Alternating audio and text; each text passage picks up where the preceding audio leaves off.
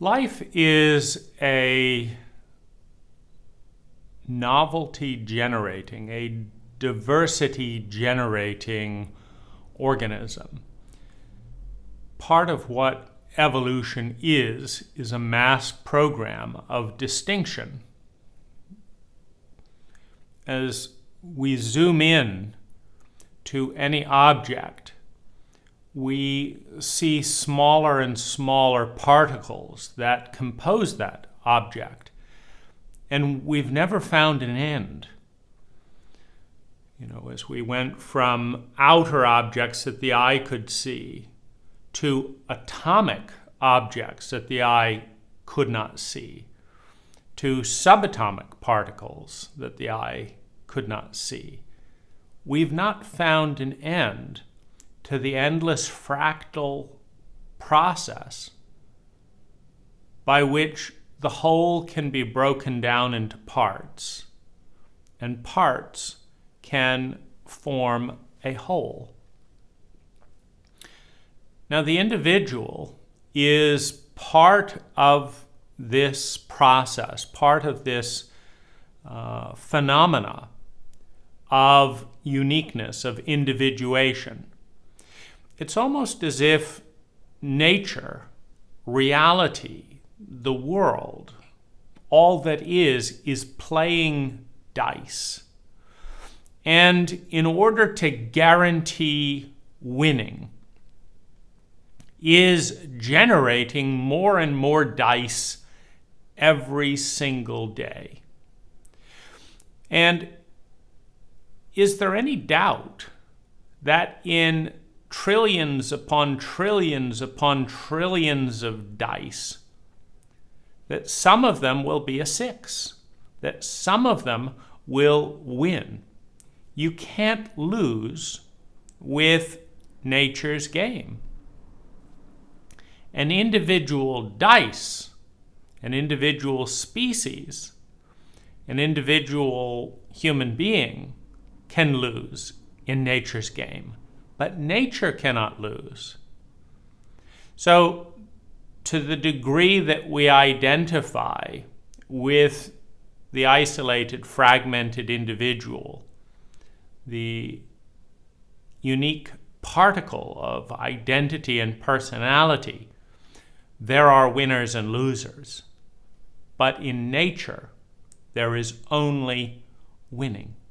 As one thing goes down, something else goes up. And this is ensured through this process of distinction, that one thing becomes many. And we can see that in the specialization program that underlies all cultural evolution. Meaning, as a culture evolves, it becomes more and more specialized. Nature produces individuals. For example, 10 to 20% of a number of mammalian species are disproportionately sensitive.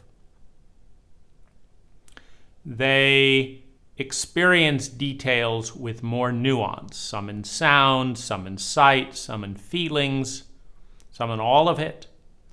All sensation is just louder. It's like a sensitized, turned up microphone. Every little sound shows up and becomes conscious.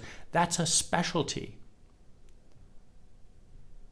If you want to capture the sound of ants walking, you use a very sensitive microphone.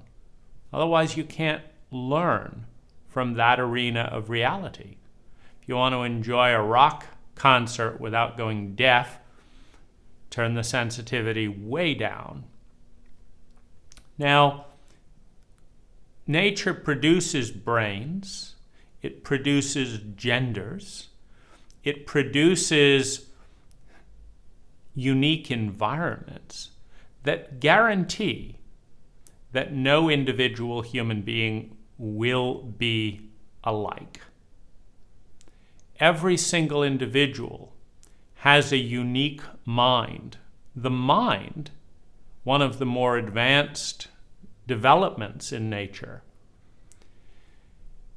is among the most unique aspects. So you can see that the latest development in the human species, in the human mind, is the most divergent. See, because you look at the body, the biology, we're not that different from chimpanzees, according to DNA experts. 99% of the DNA, very similar. We're not that different as physical bodies. I have 5 fingers, you probably do too. I have 1 head, you probably do too. That the body is the most ancient aspect of the human species, and it is the most generic. The heart, feelings, also relatively generic. You feel angry, I feel angry sometimes. You feel happy sometimes, I feel happy sometimes. There's not different feelings that you have that I don't have. It's not as if you invented jealousy. It's not as if you're having the feeling of quing, which I've never heard of. It's like, wow, I've never heard of that feeling. Quing? Yeah, I just have completely different feelings from you. No, the feelings are like a color wheel, but we all have various tones of reds and greens and yellows and grays and blacks, etc. We all experience the color wheel. It's the same color wheel. Slightly different hues. You've got more greens, I've got more reds, but it's basically color. It's when we come to the mind, the latest development in nature, that we vastly diverge. You have this memory, I don't. You grew up in Japan, I grew up in Louisiana and New York State. You grew up in this house, I grew up in this house. Your mother was named Jill. My mother was named Cheryl. Your mother was blonde. We have different memories because our environment is unique. Even if we went through the exact same life 6 feet apart, you're seeing it from this angle, I'm seeing it from this angle. This eye does not see exactly what this eye sees. That's how we get perspective. See, this eye, if I look at the circular pole in front of me that's holding the camera, this eye sees a little bit more around the circle than this eye. And this eye sees a little bit more around that side of the circle than this eye. These 2 eyes do not see the same world. And they're only 4 inches apart. So when you're talking about distinct individuals, we see and experience the world differently. And because we experience a different world, and we experience it differently, and we experience it through different bodies, and we experience it through different language. See, the conscious mind registers less than 50% of the biological sensations produced in the body. So the filtering process that determines whether you're paying attention to what this finger, right now, where is your attention in your body? It's not everywhere. Is it in a finger? Is it in an ache in the leg? Is it where's your attention in your body? And my attention is in a different part of my body, relating to different memories, to different values. So you see the true flowering of diversity and uniqueness in the conscious mind of the human species. And going back to nature's game, is there any doubt that either the human species or another species on this planet or on the more than 1 billion,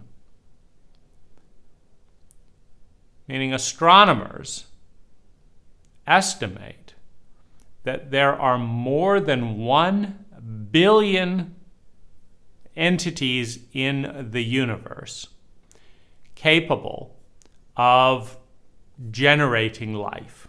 That's a pretty nice number of dice, isn't it?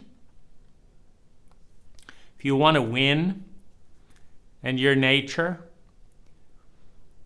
you want to get a 6. You want just 1 6. Well, you have 1 dice. You roll it out. You got a 1 in 6 chance.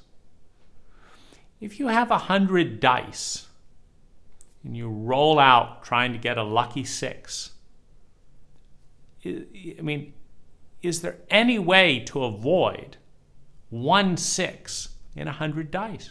How about 1,000,000 dice? How about 1,000,000,000 dice? How about 1,000,000,000 planets in just one of multiple universes capable of producing complex conscious life?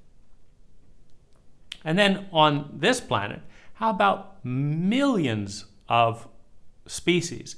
And how about an endless amount of time? What if this species blows up the planet? That's fine. Here's another 15 billion years for fragments of those planets to redevelop conscious life. For other planets around to have some phenomena shift that predisposes conscious, distinct life. How about another 1 billion planets? Everything in flux. Is there any doubt that nature comes out with a lucky 6? It's inevitable. Conscious life, complex, intelligent life, is absolutely guaranteed by an infinite amount of time, an unending amount of space, and a program that spits out variabilities, one after another, after another, after another, after another, until every possibility that could be explored ultimately is, some of which include conscious, meaningful, purpose-driven life, life aware of itself. And that's where we are today, life aware of itself, aware of being a participant in this program that is creating more and more diversity. Because as each new human being is created with a completely unique mind, and I say completely because even if you're a Republican and I'm a Republican, we mean different things with those words. We say the word differently. We say it at different times. I say it from this situation, you say it from this situation. We have different priorities. Why? You say it because your parents say it. I say it because I'm rebelling against my liberal parents. You say it for this and this and this. You're saying it with this type of body weight and timber. I'm saying it with this. Even if it seems to be almost identical, there are slight variations in every single one of us. So you could say that the human species is an explosion of distinction and novelty, an explosion of possibility. And that with the latest stage of human consciousness, the conscious, verbally tracking mind, a mind conscious of itself through language, that you have an exponential it's like a bomb going off at high speed. The exponential explosion of diversity, of distinction, of uniqueness, which is one of the reasons that there is an exponential explosion of loneliness. Meaning, with that distinction comes separation. We are separate from other people.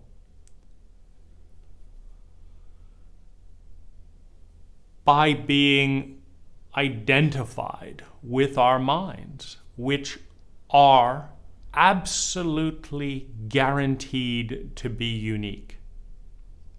No one thinks exactly the same at exactly the same time in exactly the same way at the exact same intensity for exactly the same reasons. Every single mind is distinct. Now, if we understand that for whatever reason,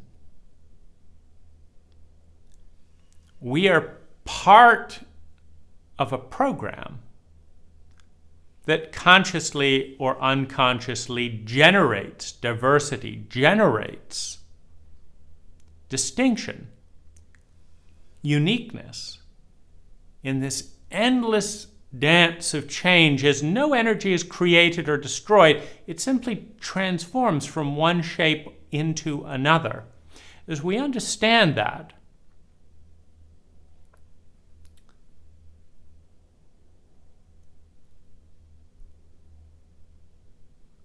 the question becomes, what is our participation in this program, in this dance? How do we, as individuals, become part of this synergy of diversity, part of nature's plan to win? Because it's a great plan. It's the plan of the dandelion. A dandelion blooms, turns into a wonderful seed ball with hundreds of specific seeds, each one of which is capable of reproducing the entire dandelion. And then the wind comes, and 250 dandelion seeds go off in all different directions. Some get caught on a leaf and wither. Some land on a rock and never germinate. Some get eaten by some animal. Some begin germinating and then wither because there isn't enough water. It rained once, then Some, who knows where they went? Some went out into the lake, fell down in the lake, drowned. You see, but all nature needs is one of those 250 seeds to land on a little patch of earth suitable for growth. And then another dandelion, another 250 seeds for every single flower. It's not enough to have a 250 to 1 chance that one of them is going to win and take off. We've got to have dozens of flowers all summer long. A new dandelion, a new dandelion, a new dandelion, a new dandelion, another 250 seeds, another 250 seeds, another 250 seeds. Is there any wonder how, with no effort at all, dandelions roam the world, developing over time more and more sophisticated ways? Why? Because nature is a diversity-generating organism, and some of those seeds are going to be a little bit different than the others. A little bit more resilient in a swamp, for example, and lo and behold, a swamp dandelion emerges. Some are going to be a little bit lighter, and they're going to catch air currents that take them overseas. Suddenly you have dandelions in another country. A tornado whips it up into the high atmosphere. The seed races across the planet at 200 miles an hour and then is rained down in another country. And if it can survive and send out another 1,000 seeds, of those thousands, the ones that are most attuned to that environment will blossom. And the others will die. And it's only the human consciousness. If you identify with being nature, there's no winners and losers. It's all winning. If you're nature, it's like if you're you have 1,000 ideas. I want to go do this, I want to do that, I want to do this, I want to do this other thing. But I can only do one, right? So I think I will write this book for the next hour. I could do all these other things, but I'm going to do this. That's the winner. It's like the dandelion. 250 seeds. But this one took off, and you've won. Nature wins every single time. It isn't unless you put a conscious identity, a conscious ego that says, this is me, and I'm separate from everything else, and I'm in tension with everything else. So I want to be the one that wins. You see, this isn't nature's experience. Nature's experience is, I want diversity, I want life, I want winning. And it always happens. This one drowned in a lake, this one. But there's no identity in nature saying that's a bad thing. There's just celebration. There's just life. It's when we come into the human ego, I want to be the favorite child, and I don't, that means they can't be. So now you have tension between the individual identity and the sea of the game, the sea of possibility that guarantees win after win after win after win for life, for something, through an endless process of diversification.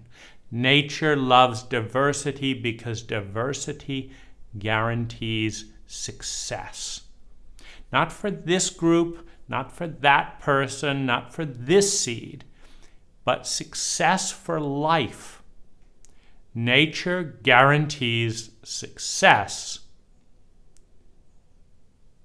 for the process of evolution, the process of endless diversity, endless specialization, endless change, endless adaptation, endless relationship,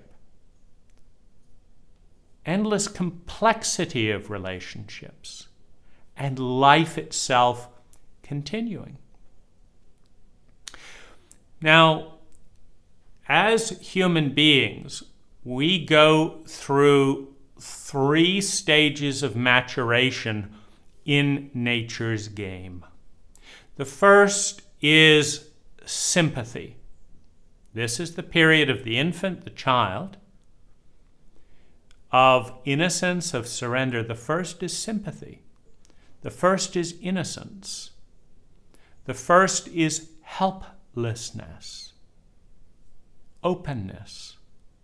A child comes into a human family and will learn any language on the planet, will adopt volumes. You know, I was watching a Japanese, a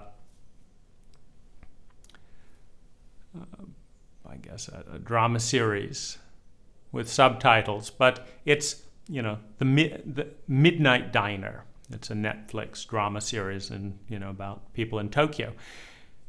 And they talk with different pronunciations. They have different gestures. In Tokyo, if you eat with a slurp, that means the food is good. In America, if you eat with a slurp, it means you don't know manners. You see, a child can learn anything. Tokyo eating, Western eating, Chinese eating, Tokyo language, English, Chinese. A child is open. There is the sympathetic stage, where the child is vulnerable, open, and completely dependent on its parents. You leave a 1-year-old to its own devices, it's dead. So you have sympathy, you have dependence, you have victimhood, you have a whole series with this triad period of life. I mean, how can you not call a child a victim if a giant puts them in their room and rapes them? I mean, there's no agency, there's just openness. Whatever's going on in your outer environment, that's what goes on in your world, in the sympathetic, in the childlike state. Sympathy, child, openness, innocence, victim. Then you move into adolescence. And here you have the rebellion. Now, every single system, particularly human systems, is flawed. The education system is not perfect. The transportation system is not perfect. The parental protocol that a culture embodies is not perfect. The medical system isn't perfect. Your house system is not perfect. There is no system that is perfect, because perfect refers to a state of grace, a state of intelligence that is exemplified by maximum value, maximum amount of sustainable well-being for a minimum amount of effort. And that's a continuum. Nothing's perfect. It's all getting better or getting worse relative to certain values.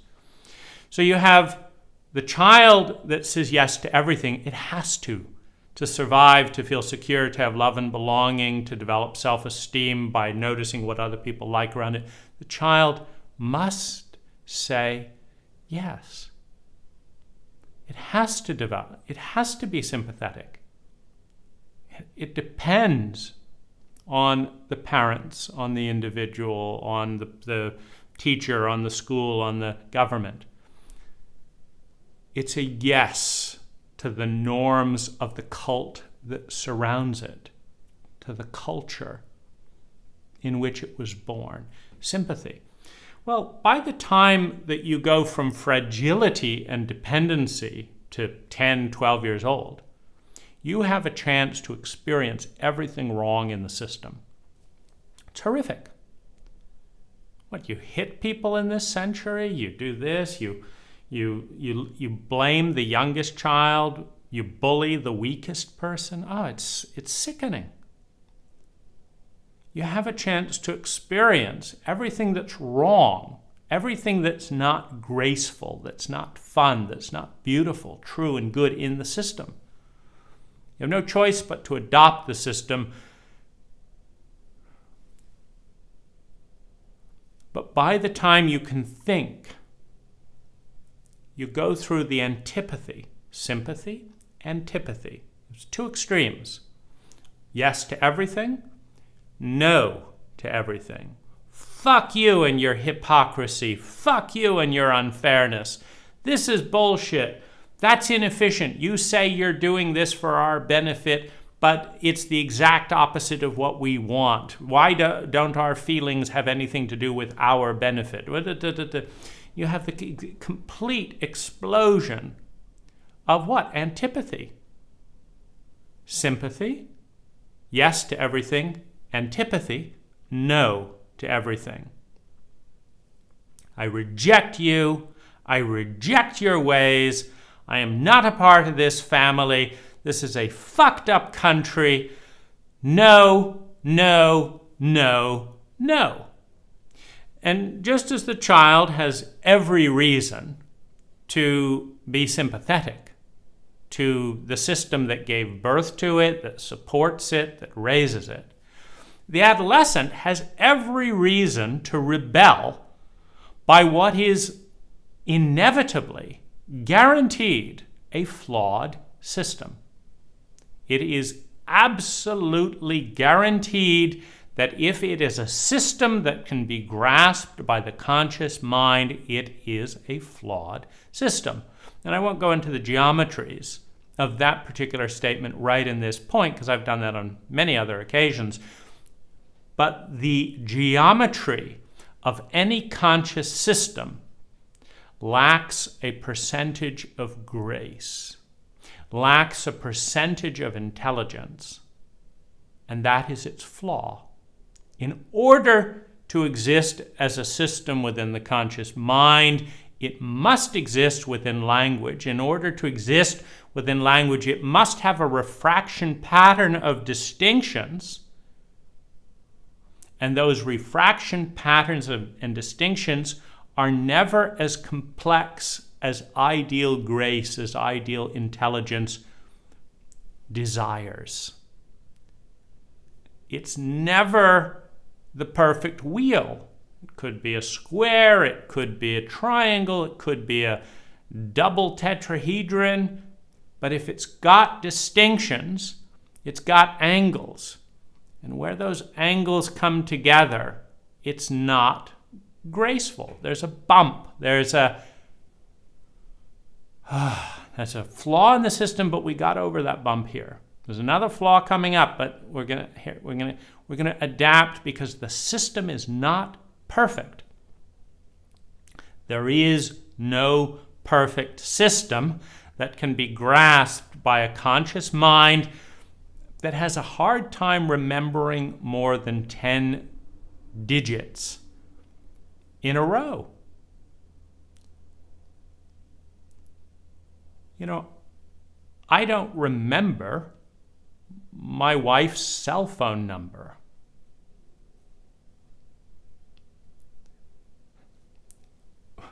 The conscious mind has a hard time grasping in consciousness, in simultaneous awareness, more than 7 or so distinctions. And so much of the technology of education and cultural transference is how to get highly complex systems that nature doesn't have to articulate or hold in mind, but produces millions upon millions of distinctions in all areas. Just the color wheel alone, 256 million distinct colors refracted by a computer chip that can track color better than the conscious mind of a human being. So we dumb those down to 7 colors, 256 million colors. Let's try 7. I can remember those. Or an artist may be able to remember 30. Vermilion. Do you have a clear picture in your mind? Azure? Smoky blue? Do you have a different idea than maybe 60 colors for an artist? 256 million, it's not human. Now, humans in this game of nature have created this idea of artificial intelligence, this idea of machine learning. So we now have an AlphaGo machine that tracks millions of probabilities and can outplay any human being. Win at chess, win at Go. Nature has given birth through human consciousness to a new distinction, novelty generating machine. And through human consciousness and space travel, with SpaceX, with Blue Origin, finally taking up the slack of a dysfunctional government, to take the complex patterns on Earth and seed them like dandelion seeds. The human brain is the sex organ of the planet, spraying out millions of new technologies, millions of new materials, guaranteeing diversity. The only problem being in this one of many patterns, the creator gives birth to something that destroys the created. It's one of nature's rules. That which is created is a synergy of that which was before.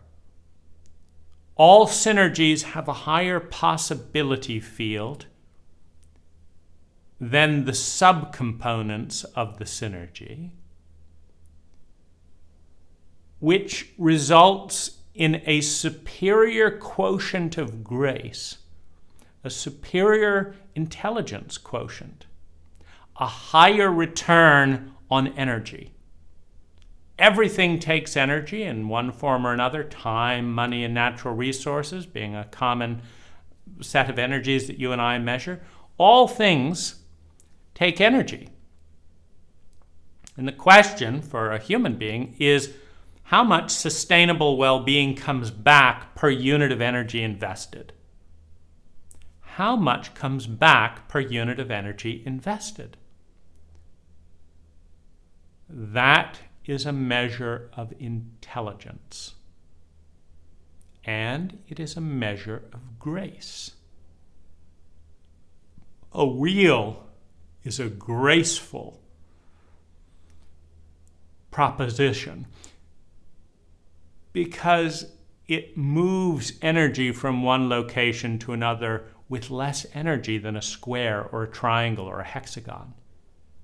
But it's not perfect, which is why they need to be rebalanced and rebalanced. And it's still not perfect. It's just more perfect than it was before. It's more graceful to drive on 4 wheels than it is on 4 triangles. It takes less energy, it's less violent, it's more fun, consumes less gas, less smoke, less energy, more transformation, more transportation. So the creator gives birth. If you think of the process of human creation, you have 2 different programs and distinctions and awarenesses in the form of 2 different parents. So the child has 2 parents to choose from. The child can say, Dad does a better job than Mom when it comes to finances. I'm going to pick Dad's protocol for finances. Mom has a better protocol for smoothing over conflict. I'm going to pick Mom's mode of that, and I'm going to combine them. Dad's finances, Mom's this, and I'm going to be a synergy. I'm going to be more than the creator. That which is born in synergy is superior, statistically speaking. You see, and that's all we need is statistics. All we need is some of the offspring, of some of the creations to be superior to the creator. That's all we need. And off you go. Off you go. All you need is some. And they changed the world. A minority of distinct individuals bring radical new technology that enters the bell curve of human innovation. The bleeding edge of the adopters, the most powerful technology is, and will always exist in the hands of a distinct minority. Because the bell curve of innovation is one person discovers it, 2 or 3 people discover it, a small team discovers it. It outperforms the status quo technology, usually by a factor of at least 5. Otherwise, it doesn't overcome the entropy of attachment to the familiar, of inertia. 10 is a winning number. If your technology is 10 times better, the telephone, it takes 10 times less energy to pick up a receiver and press a button, redial, than it does to walk across the neighborhood and actually talk to the person, let alone get into a plane and fly to London. 10 times less energy. Bing. 10 times faster. Bing. Those technologies take off. And they shape the world as they are adopted, because anyone who does not adopt the telephone, who does not adopt the fax machine, the email, the whatever, consumes more and more energy to maintain the old way of doing things, but has nothing to show for it. So they slow down as everything else speeds up. It's all relative. They stay the same. As everything speeds up, in effect, they slow down. They generate less and less value per unit of energy, and they fall off. A minority of people created in the synergy of 2 or more things coming together give birth to possibility. Give birth to possibility.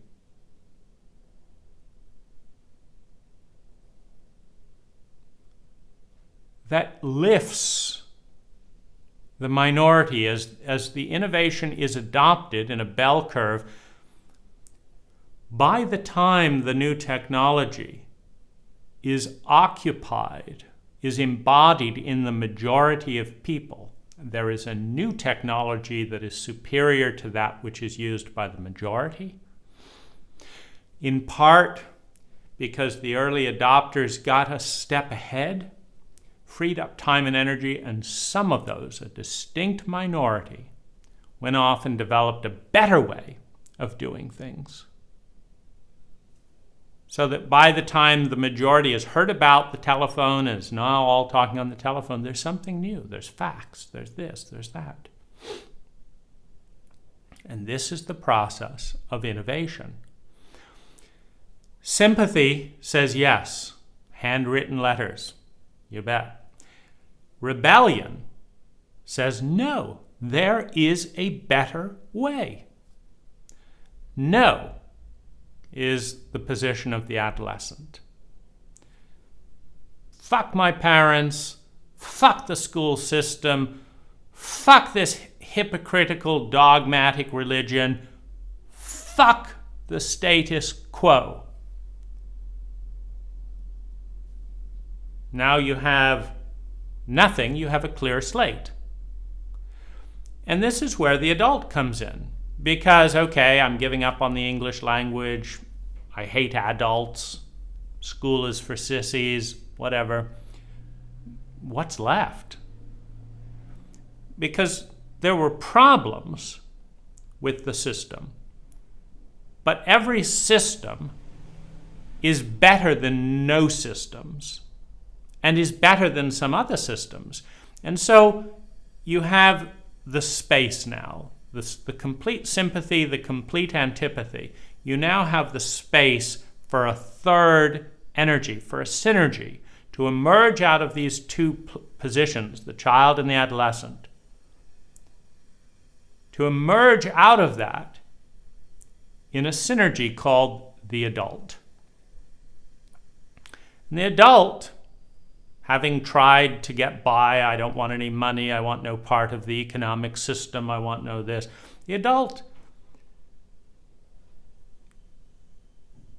balances, has as its palette of paints everything the child said yes to and it's aware of, and everything the adolescent said no to and its problems. And the adult has to piece these things together. The adult has to piece together something new. Sympathy, antipathy, and something new. a unique combination of yeses to this, this, and this, no's to this, this, and this, and innovation. A better way, not just naming the problem. Those hypocrites are assholes. But here's a way to work with that situation that is statistically better. But it's not perfect either. That's evolution. Every single generation of human beings says yes to the existing status quo, says no to the existing status quo, and if they grow up, you see, some people stay stuck in the child. There's too much trauma, there's too much grief. They just stay a complete, unconditional yes, without thought, without maturity, without intelligence. Oh, Mr. Government, you're going to take care of me if I do everything you say? Okay. I'm just following orders. Many cultures lack the sophistication to raise a plurality of adults. They raise children. Don't talk back to your mother. We're hitting you for your own good. Don't think, don't question. We're doing this because we are your parents. Don't question the government. We're doing this for your own good. We're spending your tax money to do our version of what's good for you. Don't question it or we'll throw you in jail. Okay, Mr. Government? Whatever you say. You're my wife. You're my husband. Do what I say. That's what it means to be my husband and my wife. Do you want to be married to me or not? Fine, then do this, this, this, and this. If you don't want to do it, unquestionably, without debate, without dialogue, I'm going to pick another child, another person in a state of unconditional surrender. I want docility. I want compliance. That's what I want. We have a demographic of children, regardless of the biological age of the body. Whatever you say, that's what we'll do. You want us to gas the Jews? Whatever you say. We have rebels. Fuck the system, no to money, vandalize the stores. Well, you've got growth. Children are becoming adolescents. As a culture, as a country, children are becoming adolescents. Fuck the man, right? An adolescent. No to everything. I'm not going to compromise. You use money. You're part of the system. You put gas in your car. You're betrayed. We're not interested in the Industrial Revolution. It's back to nature. Look at that. You went out and you had sushi. It wasn't organic. We're anti the system. Please, could you spend some money on me? Because I don't have any, because I'm anti-money. Could you loan me or tell me the answer to this? Because I didn't get an education. Fuck the system. I didn't do that. I'm anti this, but if you stay an anti too long, you go back to being a child because you are dependent on the system in which you are a part. It's not like your landlord gives up on rent because you're anti-capitalism. You just have to borrow or beg money from someone who acknowledges that that is the system in play. So it goes back to child. Please, would you do this for me? Well, only if all personalities negotiate, only if you do this for me. Well, now you're in a bargain again, right? The child has to agree with their parents, not sass back, or the parents won't take care of them. Parents will hit them. The parents will this. You have to make the parent feel good. You have to comply. And so you have this child and adolescent stage, and then you have the adult. Yes, I like organic food, but I really like this sushi, and it's a beautiful ambiance, and I decide to take what I believe to be some toxins in my body to enjoy this beautiful evening. It is not a perfect system. It's never going to be a perfect system. This is the best I can do with the resources available to me. A little bit of this, a little bit of this, anti that, move towards this, a little bit of innovation. I'm going to create something new. And you have the emergence of the adult. But you also have the flowering of nature's game. Because now you have a unique operating system. Now, think of the hacker environment, because it ties in with monocrops in so many levels, because you get efficiencies with systems. That's why we use systems. Why do we all say, hello, how are you, when we have no interest in how the other person is doing? How are you? When our mind is racing with something, why do we do it? Because it doesn't require thought to copy. It takes work to give birth to something. You've ever been a mother giving birth to a new baby? It takes fucking work to carry that baby around.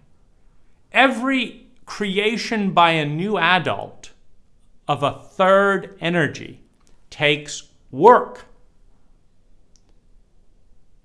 It may have come in on a flash of inspiration. The orgasm may have been wonderful, and then it takes a lot of work to bring that into the density of form. And if we're changing the language and changing the economic system and changing the education system and changing the code of dress and changing the code of address, we're not going to say, hello, how are you? We're going to say, welcome, give me a hug. That's our new protocol. Why? Because we don't like the formality of this, because if we can give 7-second hugs, we can release more oxytocin, crime rates go down. So this is our new innovation, right? So we're going to, a new way of address, a new code of dress, a new way of address. You try and do all of that at once. You can't give birth to 15 babies in one womb at once. And so it falls apart, it collapses. You see, in the chaos of going back into unconscious chaos before systems, you go back to the amoebic state. There's no awareness of anything. You have to embrace the latest technology of corruption and stupidity as the starting point for innovation. To what? To take those sharp edges off of those asymmetrical geometries and move towards the sphere consciously. An 8-pointed star becomes a 16-pointed star. That's symmetry. That's growth.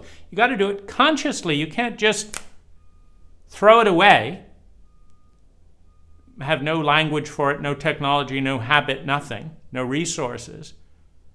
And you can't go back to the perfect sphere instantly, because we lack the ability to give birth to that conscious sphere gracefully and instantly. We lack the willingness, the ability, the experience, the technology for doing that, for opening to complexity, symmetry, and grace. A divine experience, a graceful experience, a beautiful experience. We lack as a species the technology of inducing that in the masses. In fact, we've made it illegal. Psychedelics, one doorway for a minority of people to go into that state of grace and begin to pioneer. No, we don't want anything to do. We don't want that change. Too much chaos, fear of going back to the void, fear of going into the chaos. So we've banished it. Don't think differently. That's a weird cult. We're a normal cult. We're all stupid in our own way. But that's a minority cult. They're stupid too, but they're separate from everyone else. They're uniquely stupid. What's the difference between a moron and a culture? Numbers. Every single culture has a cult-like element that is flawed, that is inane, that makes no sense even by its own standards. We're the land of the free and the land of the brave, except that we are so crippled by bureaucracy and stupidity that we can't build a house legally for less than $600,000 in my county. We can't take care of our homeless. And they can't buy a house for $600,000. It's inane. The free, the brave, you try and get onto your own land to do something, you can't do that, you can't do that, you can't do this, you can't do that. It's not free. It's hypocritical. It's inane. It's stupidity. So the adolescent is necessary for insight, for the adult to say, I get all of that, and here's what we can do. I get that there is a mountain of gold weighing 300 million tons that the adolescent can spot, and I have one back. I can carry about 60 pounds a day, and it's not going to shift that gold from here over to here, from possibility into reality in my lifetime. But I can carry 60 pounds of that gold, the purity of that adolescent rebellion, I can carry it into my town and start nourishing the ossified, withered pillars of what was once a vibrant new technology, but is now strangling the life that it gave birth to. Every new technology and system is a stepping stone forward that ultimately becomes a prison and a trap and must be discarded. Every power structure, every government, every identity is a leapfrog forward in one position and a fallback in another. It becomes the prison. That which liberated becomes the trap. For life to move forward, synergies must emerge out of the parents, out of the culture, and that which is born will change, will destroy, will consume that which was before, because there is no energy created or destroyed. It changes. I bake a loaf of bread, and if I don't consume that, for my complex organism, mold will slowly consume it. And the mold will consume it and become something more complex than the grain. What is born in the spores and the organism of the mold is more complex than the simplicity of the bread. As a lion consumes a rabbit, what is born in the lion is more complex than that rabbit. It's not destroyed.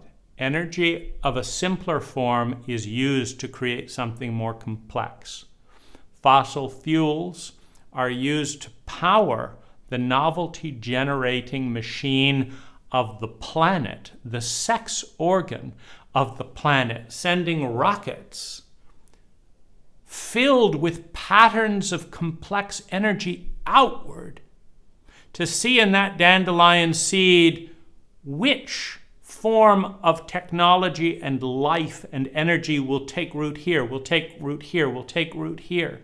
As the distance goes further and further, as the complexity grows, what's the winning formula? And if this is not the winning formula, another of the billions and billions of planets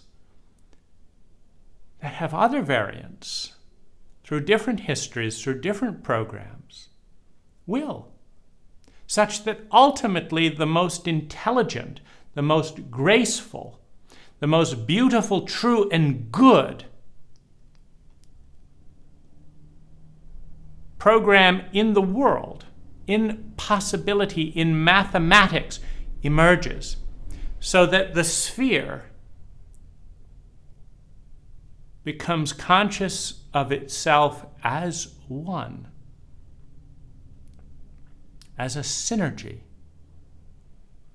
in a state of grace, of sustainable fun, such that that sphere grows, and with it life,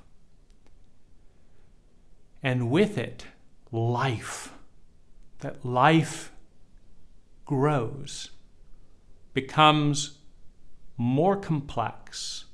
You see, complexity is guaranteed because complexity is part of grace. The graceful ride is the closest wheel to a sphere with as much flexibility and grace. Shock absorbers, rubber, air-filled tires, self-adjusting air suspension that lifts up automatically when it perceives a bump and brings it down so you didn't even feel it. That's grace, responsiveness, complexity, multiple systems working together to create grace. Everyone who's driven in that car wants it because it's more beautiful than the car that doesn't even have, than cart and wheel. Why aren't we driving cart and wheel? We could all make a wagon. We've got the wood. Just go down to Home Depot, make a wagon, no car payment. Why aren't we doing it? Because it's not as efficient. It's not as graceful. Even cool. What's cool? Grace, beauty, perfection, mastery. I want to be cool. I want to move towards intelligence. I want to move towards grace. That's nature's game. And we are part of nature. Through every relationship in our lives, the relationship enters into a state of sympathy, the unknown, the victim. You meet someone new. You don't know them. Maybe they're violent. Maybe they stab you in the back. You don't know. It's open, it's innocent, it's the unknown. Maybe they love you. Maybe they're your best friend. You don't know. You don't know how to talk to them. You don't know. You're open. The possibility field, the stranger. You enter.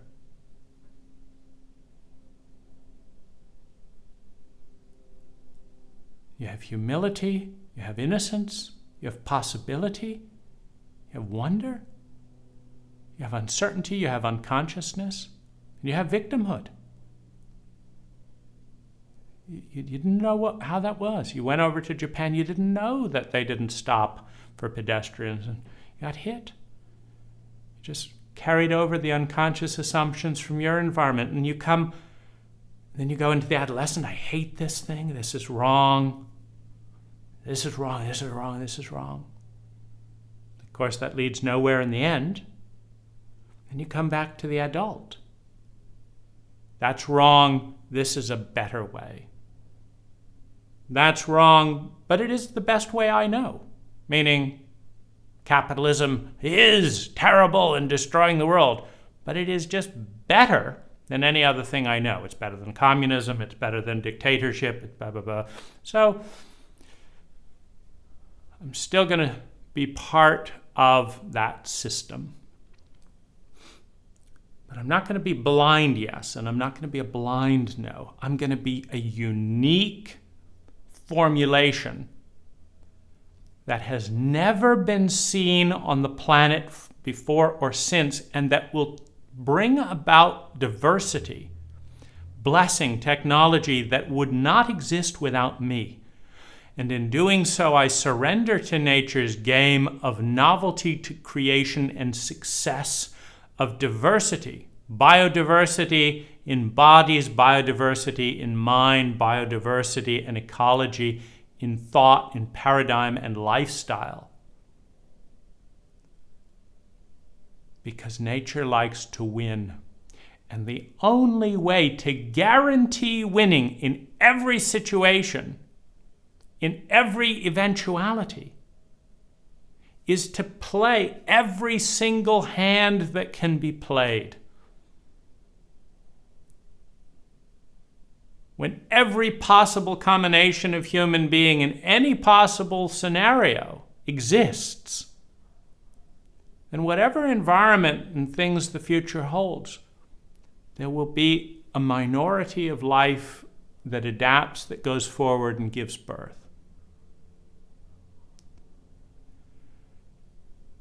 The challenge of the ego is that it doesn't always win. Its form loses as much as it wins. I dress like this because it's cool in this place, then I go over to this place and that dress isn't cool. It wins over here, it doesn't win here. I talk like this and I'm around people that are inspired by intellectual thought. When I go over and try and engage with these teenagers, they just look awkward and get away from me. Every approach doesn't win in every environment, which is why nature creates diversity. And it's one of the reasons that the movement towards transcendence is important for egoic sanity, for individual sanity and well-being. Because if we only identify with the uniqueness which is our gift to nature, this is me, this is how I do things, it's unique to any other person on the planet, and that's your gift to nature. That's payback time. Because nature may be able to win through me, being the unique person that nature produced in a unique environment. Because that's what the species may need at some point. What my community may need at some point is it needs this unique pattern of energy called me in order to thrive. And I may not be needed. At this moment, someone else may be needed. Well, that for the ego is losing. Wait a minute, I want to be number one. So the gift to nature is the uniqueness, the diversity, and through that, the explosion of exponential possibility. The curse, the price, is the attachment to the identity. I don't just want what's good for everyone else. I only want what's good for me. So then we destroy and undermine nature. So that it's a double-edged sword. But we cannot offer our greatest fulfillment in the largest program that we are aware of, which is evolutionary change and growth, the journey towards grace, the journey towards divinity, the journey towards excellence, towards mastery, towards intelligence. We cannot win without simultaneously being the most unique individual that we are and bringing our own unique talents and developing that individual. And then secondly, letting go of our attachment to that individual rather than destroying everything else around us to make it conform and consuming the individuality that is around us. This is the razor's edge of our gift to nature, and we cannot become who we are and contribute all of our gifts without completeness of yes in order to survive as an infant, the completeness of no in order to break orbit from the status quo, and the symmetry and the coming back as a new, distinct pattern of energy that's broken free from the unconscious past of childhood. At a family level, you've got to rebel against your family. At a national level, you've got to rebel against your country. At a governmental level, you've got to rebel against your government. You've got to rebel against your employer. Every system that you enter in a childlike state, I've got to do this and this and this and follow this rules and this or I won't survive. That's a child. Has got to move into rebellion, or the adult in that arena is not possible. The third energy, the synergy that creates something better than what was there before, that is neither of the two extremes, that uses the black and the white to create color, to create shading, to create beauty as an artist, to create something new, to give back to nature's game. Nature's game brought you into existence. To fulfill, to complete the symmetry, is to become a completely masterful, unique version of you, the way you desire. And you know you've hit that line when you are authentically, groundedly, uniquely you, and the happiest you could ever be is surrendering to that uniqueness with love and appreciation, that if nature wanted a monocrop, it would have done so. That nature didn't produce the Irish potato famine, cult thinking and dogma did. Because it's an unsustainable environment to have an entire country dependent on one variety of potato. Because in the cycle of life, that monocrop will come into a situation in which it must fail, because every extreme gives birth to its opposite. Monocrops breed the very pests that destroy monocrops. And this is nature's way of saying you're breaking the guidelines. We're wanting ecological complexity, diversity, and grace. We're not wanting to kill off large amounts of species and insects, etc., to grow one variety of one corn, just because you've got efficient machinery. We want something that if the Irish potato mite comes along, you've got tomatoes, you've got broccoli, and they don't all come along at the same time, so you eat that instead. That if you're in an environment that requires diplomacy and sensitivity, you call on your sensitive people. That if you're in a time that needs change and vision, you call on your artists. That if you're in a time of isolation, etc., you call on your hedonists. You call on the diversity of human beings to bring balance to the system so that your cult, your culture survives and transits through that particular environment.